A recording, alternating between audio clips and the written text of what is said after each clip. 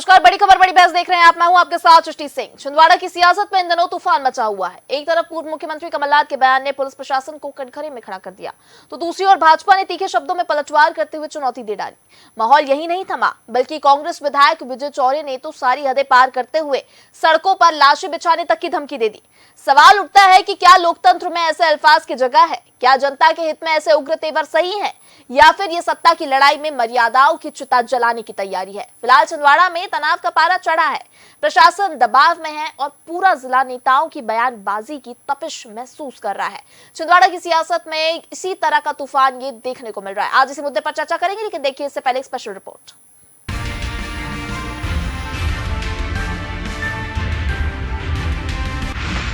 छिंदवाड़ा में सियासी संग्राम, बयानबाजी से बवाल, धमकी बनाम धुलाई, कानून पर सियासी वार। छिंदवाड़ा मध्य प्रदेश के पूर्व मुख्यमंत्री कमलनाथ का गढ़ माना जाता है, लेकिन हाल ही में यहाँ राजनीति का माहौल बेहद गर्माता नजर आ रहा है।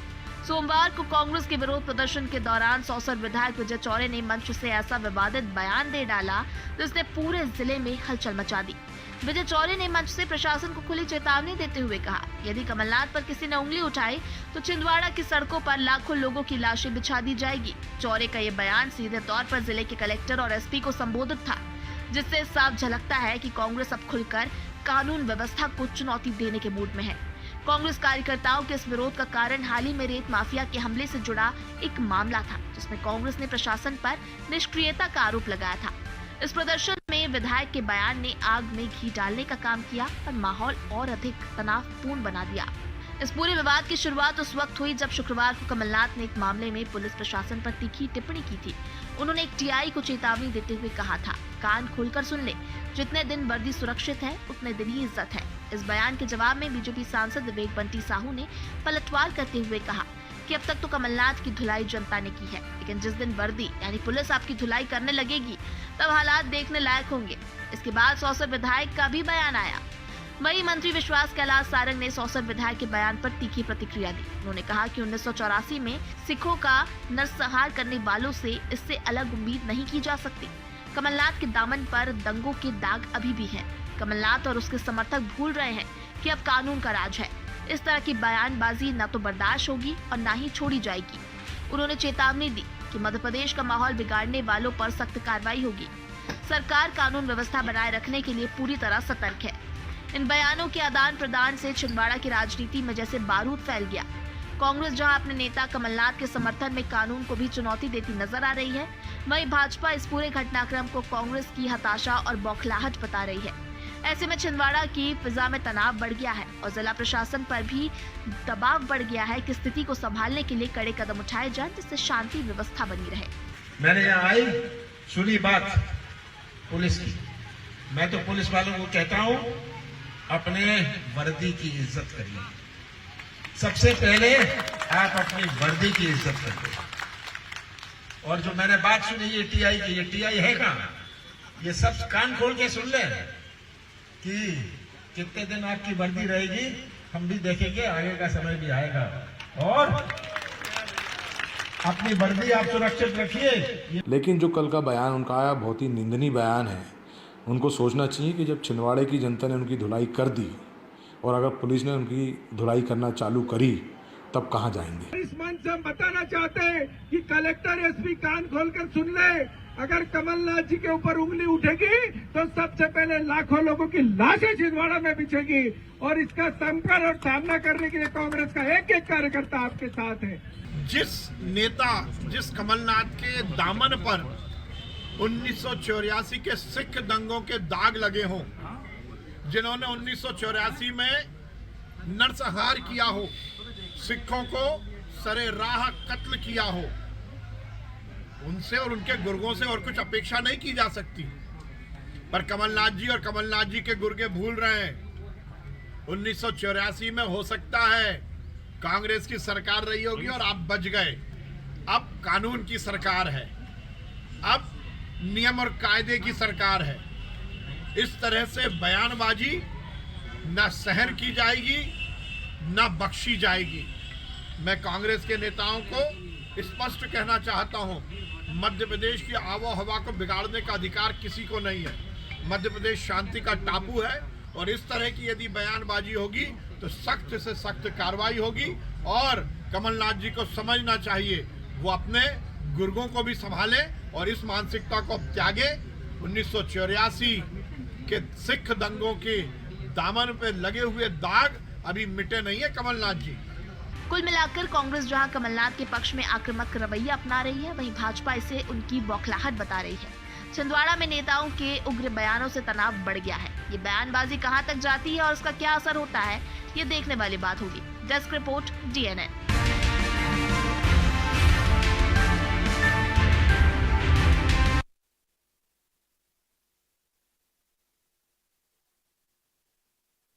उनसे आपका परिचय करा देते हैं। बीजेपी से हमारे साथ सत्येंद्र जैन जुड़े हैं, कांग्रेस से हमारे साथ हिमानी सिंह जुड़ी हुई हैं, वहीं हमारे साथ वरिष्ठ पत्रकार चैतन्य भट्ट जुड़े हुए हैं। आप सभी का बहुत स्वागत है चर्चा में। चलिए चर्चा को आगे बढ़ाते हैं।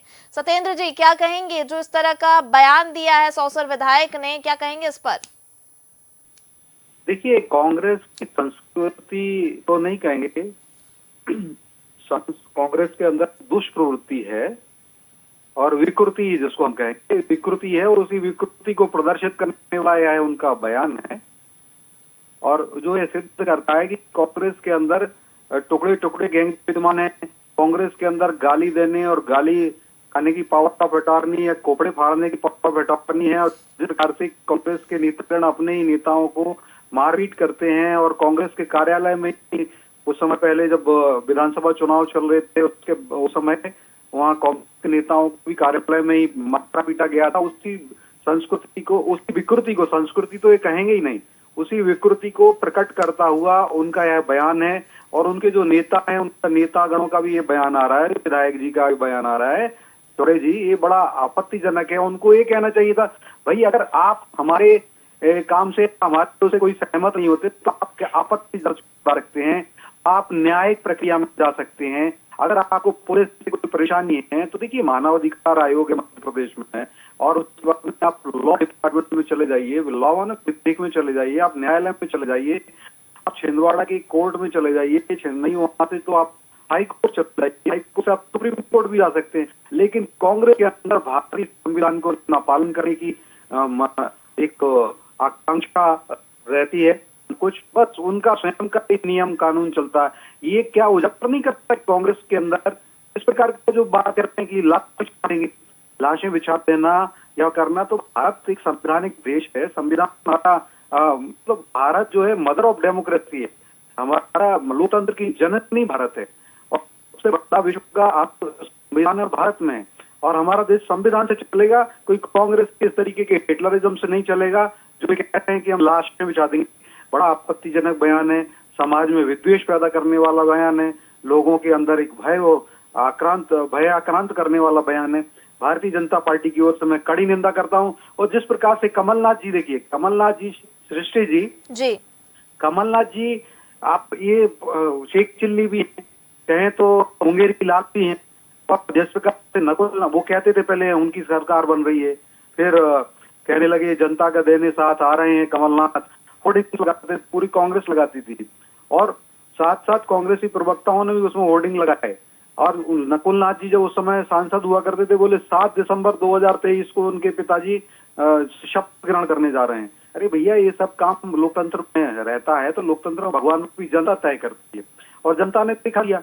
और जिस प्रकार तो ये शोएब चिल्ली भी सिद्ध हुए, ये लोग बड़बोलापन जो है इनके अंदर ब्लफ मास्टर बहुत ही है। और जिस प्रकार से ये सरकारी मशीनरी का दुरुपयोग करते हैं, तो उनको लगता है कि ये, लेकिन भारतीय जनता पार्टी संविधान से चलती है, संविधान के नियमों से चलती है। पुलिस का काम लॉ एंड ऑर्डर मेंटेन करने का है। अगर देखिए लॉ एंड ऑर्डर कहीं पे भी मेंटेन नहीं होगा तो पुलिस जरूर उसमें कार्रवाई करेगी और उसको लॉ एंड ऑर्डर मेंटेन कराएगी, कानून व्यवस्था मेंटेन कराएगी, शांति वहां पर स्थापित करेगी। आप कांग्रेस के नेतागण जो हैं इतने आक्रोशित हो जाते हैं, कमलनाथ जी से लोग ऐसे नेताओं को आश्रय देते हैं, उनको अब देखिए उनको बड़ा आनंद आता था कि जो ब्यूरोक्रेट्स है उनको अपने घर में बुलवाते थे। अब एक कार्यक्रम था वहाँ छिंदवाड़ा के नगर निगम के कमिश्नर को उन्होंने अपने कार्यक्रम, इतनी की नगर निगम कार्यालय में जाना चाहिए उनको, लेकिन वो उनके घर ही आ गए थे। तो उस पर जरूर हम लोगों ने आपत्ति ली थी, क्योंकि कोई भी जो ब्यूरोक्रेट होते हैं उनको जो शासकीय कार्यक्रम की अगर कोई कार्यक्रम आयोजित होता है तो वो कार्यालय से होता है, शासकीय कार्यालय से, किसी निवास से ठीक नहीं है। होता है। हिमानी जी क्या कहेंगे आप? सत्येंद्र जी ने तो बताया, लेकिन इस तरह के बयान जब आपकी पार्टी की ओर से, यानी कहीं ना कहीं कानून को हाथ में लेने की वाली बातें हैं ये तो आप बीच में से कहानी कैसे शुरू कर सकती हैं? तो फिर कहानी दर्शकों को समझ में नहीं आएगी। कानून को हाथ में लेने की बात तो ये भी है कि एक सांसद कैसे डिसाइड कर सकता है कि पुलिस धुलाई करेगी किसकी? क्या प्रोटोकॉल के अंतर्गत पूर्व मुख्यमंत्री, अभी तो रिसेंट में छिंदवाड़ा से विधायक भी हैं, कई बार केंद्रीय मंत्री रह चुके हैं, तो ये भी कानून में हाथ लेने की क्या सांसद डिसाइड करती है कि पुलिस इसके ऊपर क्या कार्रवाई करेगी? तो जब बात जहां से शुरू हुई है वहीं से शुरू होगी, तब दर्शकों को भी पूरी तरह समझ में आएगी। आपके हिसाब से बीच में से स्क्रिप्ट थोड़ी शुरू की जा सकती है सत्येंद्र जैन जी। दूसरी बात ये कहूंगी, शिव चलियों के सरदार जो है वो आजकल हमारे प्रधानमंत्री कहलाते हैं, जिन्होंने लोकसभा चुनाव के दौरान 400 पार का दावा किया था और खुद को इतने आत्मविश्वास में थे और इतने घमंड में थे, खुद को नॉन बायोलॉजिकल कहके भगवान बनाने की शुरू तैयारी कर दी थी। और बिल्कुल सही कहा आपने, जनता ने उनको बायोलॉजिकल ही रहने दिया और बिल्कुल पुरानी पिछले से कम सीट एहसास दिला दिया कि आप नॉन बायोलॉजिकल नहीं है, बिल्कुल बायोलॉजिकल है। लोकतंत्र में जनता के ऊपर डिपेंड करते हैं। दूसरी बात ये कि मैं बिल्कुल यही बोलना चाहूंगी कि इस तरह के बयान जो होते हैं, कमलनाथ जी छिंदवाड़ा के लोगों के दिल में बसते हैं। अगर उनके बारे में इस तरह की आपत्तिजनक टिप्पणी की जाए तो व्यक्तिगत रूप से मेरा मन भी बहुत आहत है कल परसों से, जब तक मैंने सुना है। पर कल तक किसी भी बीजेपी के प्रवक्ता की, न किसी नेता की कोई प्रतिक्रिया आई अपने नए नवेले सांसद के बारे में। उनके बारे में सिर्फ यही कहना चाहूंगी कि जो खानदानी रईस है वो मिजाज रखते हैं नर्म अपना, तुम्हारा लहजा बता रहा है, तुम्हारी दौलत नहीं है। जो अभी अभी नए बने उनको अपनी शक्ति लोकप्रियता, पर इस तरह से वर्दी पर सवाल उठाना क्या सही है हिमानी जी? ठीक है, अगर आप बोल रही हैं कि बयान की शुरुआत से, पूछ रही हूँ क्या ये सही है? क्या वो ये बोल सकते हैं कि पुलिस धुलाई करेगी कमलनाथ जी की जब शुरू कर देगी? क्या ये उनके ये बाद का बयान है, मैं शुरुआत की बात कर रही हूँ। कानून को हाथ में लेने की बात नहीं है। अगर कमलनाथ जी विधायक है, उनसे जनता ने कुछ शिकायत कर, उन्होंने बोला कि आपको किसी पार्टी का प्रतिनिधि बनकर पुलिस वालों नहीं करना चाहिए, तो एक वरिष्ठ नेता के नाते उन्होंने तो कुछ भी गलत नहीं किया। भाषा का लहजा बहुत इंपॉर्टेंट है हिमानी जी, ये क्यों नहीं समझती कांग्रेस पार्टी? क्या क्या समझना है मैडम, आप बताइए क्या समझना है? क्या आप हमारे वरिष्ठ मैं आप पर नेता के राष्ट्रीय स्तर के नेता के बारे में एक नया नवेला आप पहले वर्दी पर सवाल उठाते, फिर आप लाशें बिछाने की बात कहते हैं। क्या ये शब्दों का चयन सही है? आप मुझे इतना हाँ या ना में जवाब दे दीजिए। मैडम, परसों पन्ना का एक वीडियो वायरल हुआ जिसमें वर्दी वाले लोग, नहीं पहले आप हाँ या ना में जवाब दे दीजिए कि इस तरह के बयान, क्या ये हाँ या ना में जवाब दीजिए कि ये सही हूँ? मैं नहीं हाँ या ना में जवाब नहीं दूंगी आपके हिसाब से। मैं आपसे बोल रही हूँ कि आप इसका जवाब यही घुमाओ फिराओ बात मत करिए। मैं सत्येंद्र जी से भी आपके सवालों का जवाब मैं सत्येंद्र जी से भी लूंगी, लेकिन उससे पहले मेरा एक छोटा सा सवाल सुनिए, सिर्फ हाँ या ना में जवाब दीजिए। क्या इस तरह का भाषा का उपयोग इस तरह का क्या सही है? अब आप लोग अपनी बातें, अब यही तो चीजें अब आप लोग नकारते हैं। देखिए छिंदवाड़ा में जब चुनाव हुआ तो फिर क्यों नकुलनाथ को जवाब बोल रही है कि जनता के दिल में बसने कमलनाथ, तो क्यों नकुलनाथ हार गए थे? तो क्या मतलब आप तो क्या कहते हैं कि जनता ने वहां पर वोट नहीं दिए कमलनाथ जी को? कमलनाथ जी उससे तो जनता को वोट दिए, तो जब इस तरह के बयानों का प्रयोग क्यों कर रहे हैं? यही सवाल है ना, मैं बोल रही हूँ आपसे, भाषा इंपॉर्टेंट है। जवाब दीजिए आप, हाँ या ना में जवाब दीजिए। क्या विधानसभा चुनाव में भाजपा मुक्त नहीं किया था छिंदवाड़ा ने? सवाल पूछने के लिए मैं बैठी, पहले आप मेरे सवालों को तो जवाब दीजिए। आपने हाँ या ना में जवाब दिया, फिर मैं आपके सवालों को देती हूँ। क्यों दूंगी मैं हाँ या ना में जवाब? जिस सवाल का जवाब हाँ या ना। चलिए ठीक है मानी जी, ठीक है, आप मुझे हाँ या ना में जवाब नहीं देंगी, मैं समझ गई हूँ। चैतन्य जी मेरे सवाल का जवाब आप दे दीजिए। पहले आप मेरे सवालों का दीजिए, सवाल पूछ रहे तो मैं ही बैठी हूँ ना, आप मेरे सवालों का जवाब नहीं दे रही। जिन सवालों के आप दे सकती है सवाल। चलिए चैतन्य जी आपकी तरफ आऊंगी, चैतन्य जी आपकी तरफ आना चाहूंगी। हिमानी जी थोड़ी देर में आपको रोकना चाहूंगी। चैतन्य जी आपके पास आऊंगी। देखिए सत्येंद्र जी से भी हमने अभी सुना है, मानी जी से भी सुना है, इस तरह के जो बयान सामने आए। देखिए पहले कमलनाथ जी ने वर्दी पर सवाल उठाया, उसके बाद विवेक बंटी साहू ने भी अपनी प्रतिक्रिया दी, उसके बाद सौसर के विधायक की प्रतिक्रिया आई। किस तरह से देखते हैं आप इसे? और शब्दों के चयन की जो मैं बात कर रही थी, कैसे आप देखते हैं इसे? चैतन्य जी देखिए सृष्टि जी, वर्तमान में राजनीति का जो स्तर गिरा है जिस तरह से, और जिस तरह से राजनेता बयान देते हैं वो बेहद शर्मनाक है। बिल्कुल, पहले भी बयान आते थे लेकिन इस तरह के बयान कभी नहीं आए। भाषा की जो मर्यादा है वो तमाम राजनीतिक दलों ने तोड़ दी है, चाहे वो भारतीय जनता पार्टी हो, कांग्रेस हो, कोई भी हो, उसमें सारे दल एक से। अब रहा सवाल के कमलनाथ जी ने क्या कहा, फिर कमलनाथ जी के बयान पे फिर बंटी साहू ने क्या कहा। देखिए, कोई भी सरकार होती है तो जाहिर सी बात है कि नौकरशाही या अधिकारी उसके पक्ष में रहते हैं कहीं ना कहीं। और ये कांग्रेस लंबे समय से आरोप लगा रही है कि उनके कार्यकर्ताओं को उत्पीड़न किया जाता है भारतीय जनता पार्टी के नेताओं के इशारे पे। तो उन्होंने ये बात कही होगी कि आप अपनी वर्दी की इज्जत रखिए और एक निष्पक्ष अधिकारी के रूप में काम करिए, जिसपे बंटी साहू अभी चैतन्य जी सुनिए ना मेरी बात। देखिए, राजनीति के बीच प्रशासन पर सवाल उठाना कितना सही है? नहीं, देखिए, प्रशासन पे तो देखिए भारतीय जनता पार्टी हो या कांग्रेस हो, ये तो जब भी जो सरकार सत्ता में रहती है उससे उनके अधिकारियों पे हमेशा अक्सर आरोप लगाया जाता है कि वो सत्ता के साथ रहते हैं और सत्ता के इशारे पे ही काम करते हैं। ये कोई पहली बार नहीं हुआ है कि पहले भी कई बार कमलनाथ जी इस तरह का बयान देते थे, चेतावनी देते थे अधिकारियों को कि आप हमारा भी समय आएगा तब हम आपको देख लेंगे। लेकिन ये इस तरह के बयान सार्वजनिक रूप से नहीं देने चाहिए। कमलनाथ जी बहुत बड़े नेता हैं, कई बार केंद्रीय मंत्री रहे, प्रदेश के मुख्यमंत्री रहे, तो इस तरह के हल्के बयान उनके लिए शोभा नहीं देते। उसके बाद से जब बंटी साहू जी ने जो बात कही वो भी ठीक नहीं है, क्योंकि बकरी आपकी धुलाई करेगी, इतने बड़े नेता की वर्दी क्या धुलाई करेगी। फिर विजय चौधरी जी का बयान तो और ही ज्यादा शर्मनाक है कि लाखों की संख्या में लाश लग जाएगी।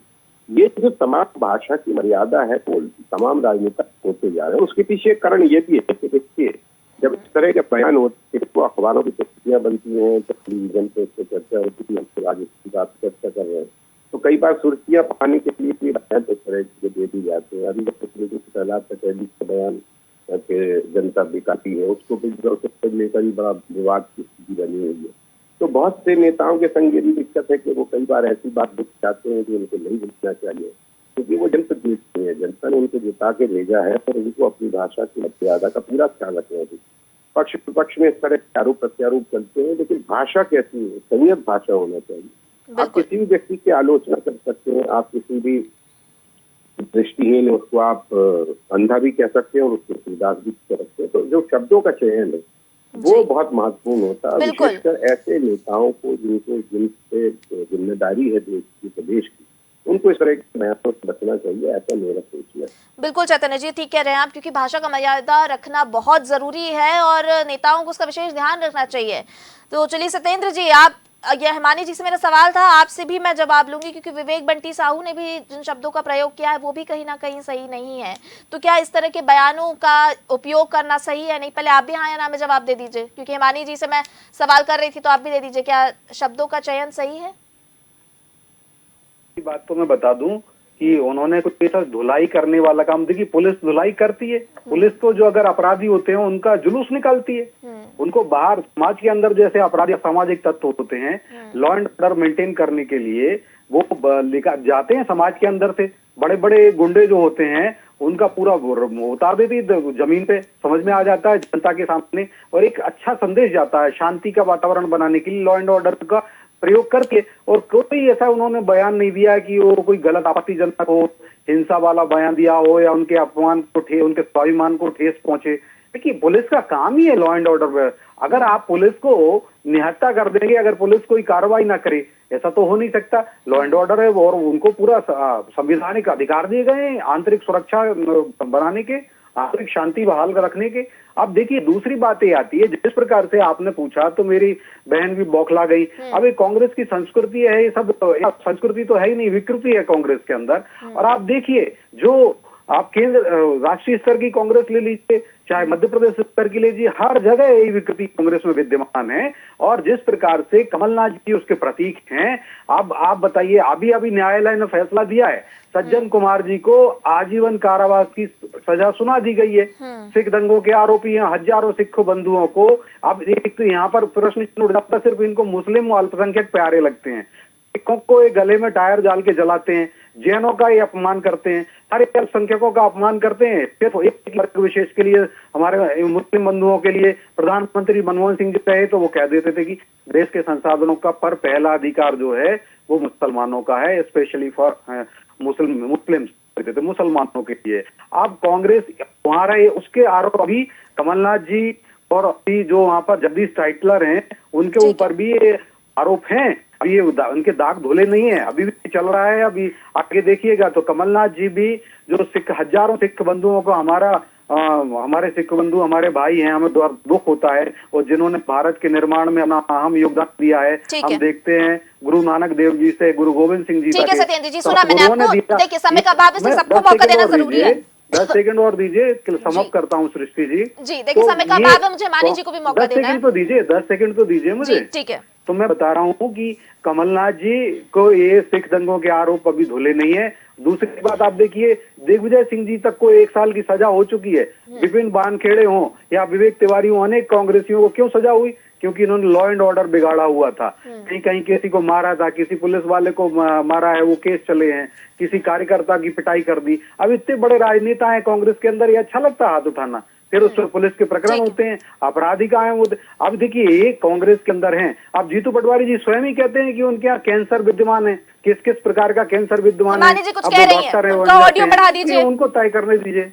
मैं अपनी पीस बनवाया है, इनकी बकवास, इनकी कहानियां, इतनी बोरिंग स्पीच दिए मैंने, कहाँ तक पहुंच जाएंगे? बकवास तो आप करती हो, बकवास आप करती हो। आप हमारी बहन जो है एंकर है, आप DNN चैनल पे उनका एंकर का अपमान करती रही। हमने कुछ नहीं कहा। अभी आप कह रही हैं बकवास आप कर रही हो दीदी। बहन जी मैं तो इतने सम्मान से आपको कह रहा हूँ, सम्मान आप आपके पास रख लीजिए। आपकी संस्कृति दिख रही है, किस तरह का सम्मान आप लोग देते हैं। आपका विकृति है और आप सत्येंद्र जी उनको बोलने का मौका दीजिए। आपको मैंने दिया मौका, हिमानी जी एक आखिरी कमेंट आप दे दीजिए। सत्येंद्र जी आपको दिया मैंने मौका, सफिशिएंट टाइम दिया। सत्येंद्र जी समय का अभाव है, प्लीज समझिए। हिमानी जी को भी मुझे मौका देना है। हिमानी जी आपसे एक आखिरी कमेंट लूंगी जी।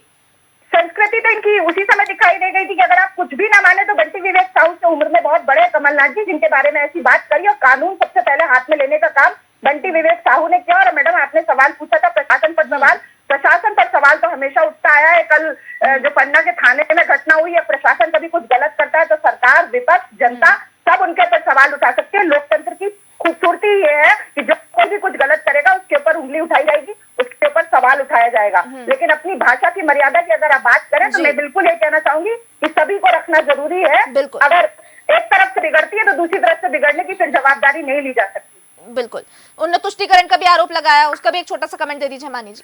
तुष्टिकरण का आरोप, मैं उनकी कहानियों के जवाब कहाँ से देंगी? वो तो कहाँ तक पहुंच गए। सत्येंद्र जैसे लोगों के सवालों का जवाब देके मैं अपना स्तर थोड़ी गिरा सकती हूँ। उनके सवालों का जवाब तुष्टिकरण और ये सब क्या होता है उनके। और आप मुझे टाइम दीजिए, फिर मैं बताऊँ कि भारतीय जनता पार्टी के लोगों पर, कल ही जो 3 लोगों पर भारतीय जनता पार्टी के नेताओं पर बलात्कार के, महिलाओं के प्रति अपराधों के जो हर बार आरोप लगते हैं, तो उन चीजों का कहाँ तक हम जवाब देते रहेंगे? यहाँ जिस टॉपिक पर बात हो रही है डिबेट, उस पर ही रहने दीजिए। ठीक है, ठीक है हिमानी जी, सुना मैंने आपको, और सत्येंद्र जी आपको भी सुना इस तरह के। और हिमानी जी मैं खुश हूं कि कम से कम आपने भी माना, और सत्येंद्र जी आपने भी माना कि भाषा का मर्यादा रखना बहुत जरूरी है। क्योंकि जो राजनेता है, जो नेता है, उनको देखते हैं, उनको सुनते हैं लोग बाग, यानी देश की जनता, प्रदेश की जनता उन्हें सुनती है।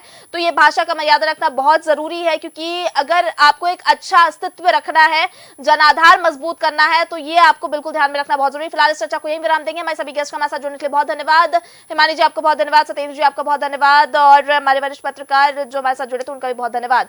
फिलहाल बढ़कर पर बड़ी बहस में इतना ही। मुझे दीजिए इजाजत, आप देखते रहिए DNN। नमस्कार।